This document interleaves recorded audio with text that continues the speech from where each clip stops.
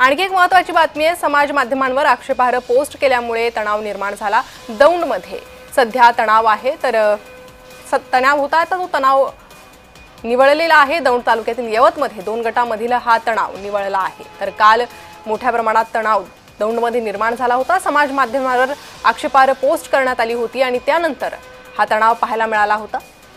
सध्या दौंडमधील हा तणाव मावळलेला आहे अशी माहिती पोलीस देत आहेत।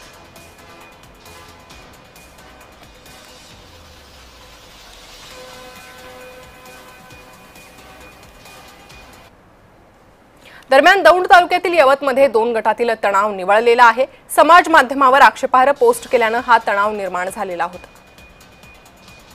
तर समाज माध्यमांवर आक्षेपार्ह पोस्ट केल्यामुळे तणाव निर्माण झालेला होता। सध्या हा तणाव निवळल्याचं पोलिसांचं म्हणणं आहे।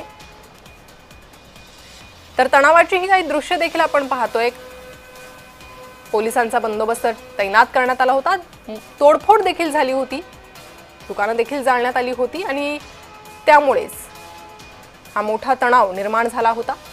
दरम्यान आता हा तणाव निवळला असल्याचं पोलिसांकडून सांगण्यात येत आहे। तर विविध प्रतिक्रिया दोन्ही गटाकडून उमटत होत्या। मोठ्या प्रमाणात नुकसान या राड्या दरम्यान झालेलं आहे।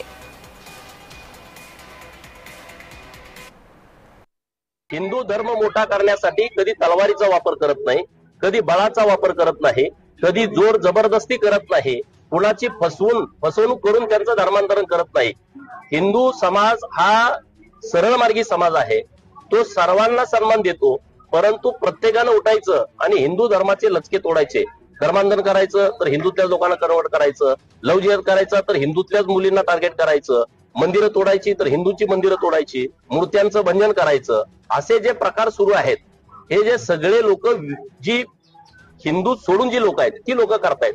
त्यामुळे भगवा दहशतवाद आहे असं ज्या लोकांनी स्टेटमेंट केलं, त्या काँग्रेसच्या लोकांना माझं आव्हान आहे, तुम्ही महाराष्ट्राची माफी मागितली पाहिजे। दरम्यान या संपूर्ण घटनेचा आढावा घेतला आमचे प्रतिनिधी नवनाथ बोरकर यांनी। काय सांगाल, खऱ्या अर्थाने आज 2 गटामध्ये राडा झाला। प्रचंड तणाव जो आहे तो या यवत गावामध्ये पाहायला मिळाला। काय नेमकी घटना काय घडली होती?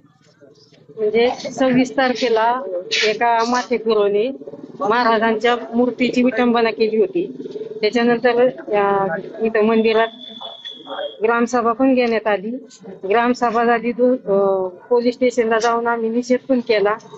त्यानंतर सगळं शांत होतं, कालपर्यंत सगळं शांत होतं। पण आज एका व्यक्तीने इथं व्हॉट्सअपला पोस्ट टाकली, ती जरा चिड आणण्याजोगीच होती, त्यामुळे ही लोकांचा उद्रेक झाला। घटना 26 तारखेला घडल्यामुळे